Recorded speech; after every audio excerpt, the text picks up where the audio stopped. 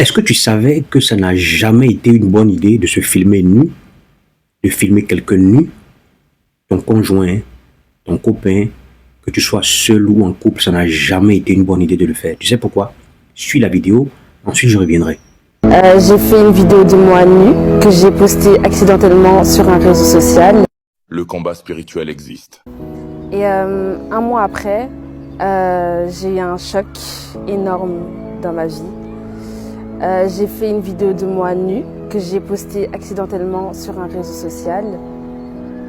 Lorsque j'ai posté la vidéo, je l'ai supprimée à la seconde même, donc j'ai même pas attendu en fait.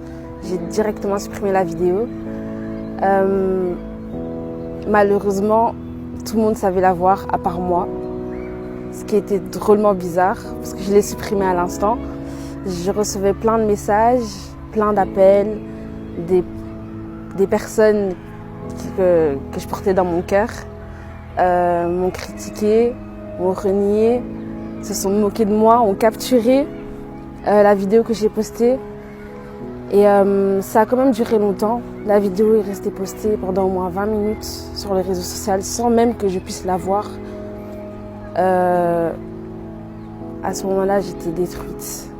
J'étais vraiment détruite. Je ne savais pas quoi faire. Je me sentais vraiment impuissante. Je me suis dit que c'était pas normal que je voyais toujours pas la vidéo, or que tout le monde la voyait. Et ce que j'ai fait, c'est que j'ai appelé la personne avec qui j'étais pour qu'il essaye de se connecter sur mon compte pour voir s'il voyait la vidéo et qu'il la supprime directement s'il la voyait. Du coup, c'est ce qu'il a fait. Il a supprimé directement. Et ensuite, je reçois un appel de ma mère, ce qui était bizarre parce que généralement, ma mère ne m'appelle pas quand elle est au travail. Je reçois un appel de ma mère et je réponds. Et quelqu'un lui a dit que j'ai fait une vidéo que j'ai voulu envoyer à des garçons et que voilà, enfin. Et du coup, elle m'a crié dessus. Je suis restée chez moi en pleurs, je savais pas quoi faire. Le lendemain matin, ma mère rentre et je voyais la déception dans ses yeux. Je voyais la déception dans ses yeux et j'étais dans le mal. À ce moment-là, j'avais des voix dans ma tête qui me disaient, tu vois, personne t'aime, tu vois, t'es une bonne à rien, tu vois, pars en fait, pars, limite suicide-toi en fait. Du coup, ce que j'ai fait, c'est que j'ai fait mes affaires, j'ai rassemblé mes affaires et je suis partie de chez moi. Je suis partie de chez moi sur le champ et je suis partie chez mon copain. Tout le monde me cherchait, tout le monde me cherchait. J'ai fait 2 jours chez lui. Ensuite, ma mère a appelé mon copain en lui suppliant de me ramener à la maison. Du coup, il m'a ramenée à la maison, mais personne n'était chez moi. J'ai dû attendre ma sœur qui était chez mon père à ce moment-là pour m'ouvrir la porte de la maison. Quand elle est arrivée avec mon père. Et à ce moment-là, quand j'ai vu mon père, il m'a clairement dit « Pour moi, tu n'es plus ma fille ». Et à ce moment-là, j'ai compris qu'en fait, il n'y avait plus personne pour moi. Plus personne était là pour moi, plus personne pouvait me soutenir, plus personne pouvait essuyer mes larmes, même pas mes parents. Ensuite, je suis restée chez moi et le lendemain, j'avais cours.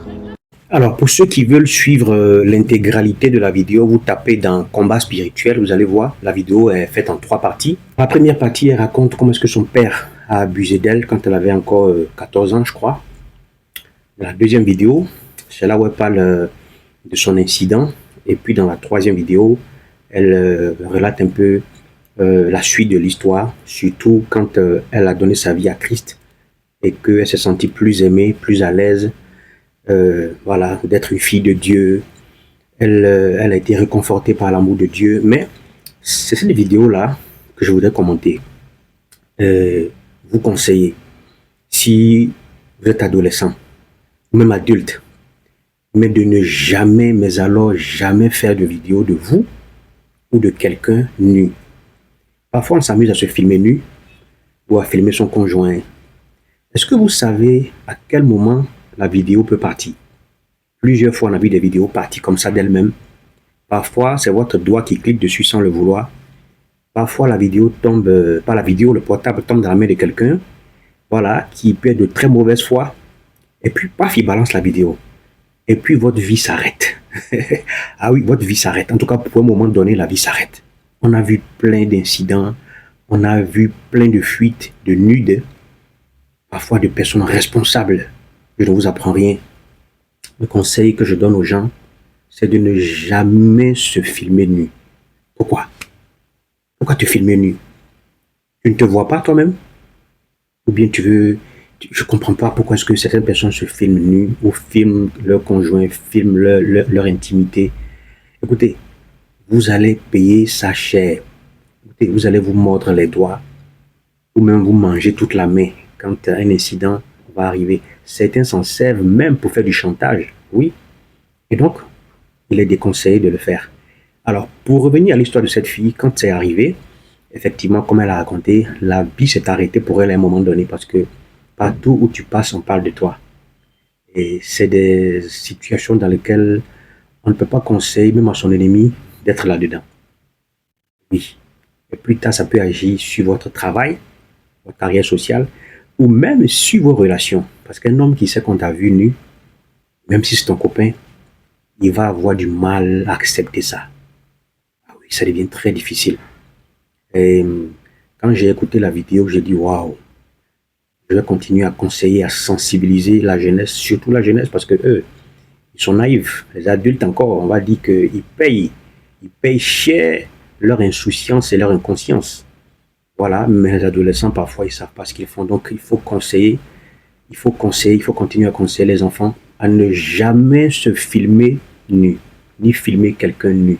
Parce qu'on ne sait pas à quel moment, et ton portable ne t'appartient pas. Ça t'appartient quand c'est dans ta main, jusqu'à ce que ça quitte ta main pour aller dans la main de quelqu'un d'autre. Et lui, paf, parfois même c'est une réparation que tu veux faire, tu le confies à quelqu'un pour une réparation, et lui, par mégarde, les photos s'en vont. Donc, faites très attention. Après son malheur, c'est d'avoir quitté la famille. Ça encore, c'est parce que son père l'a renié.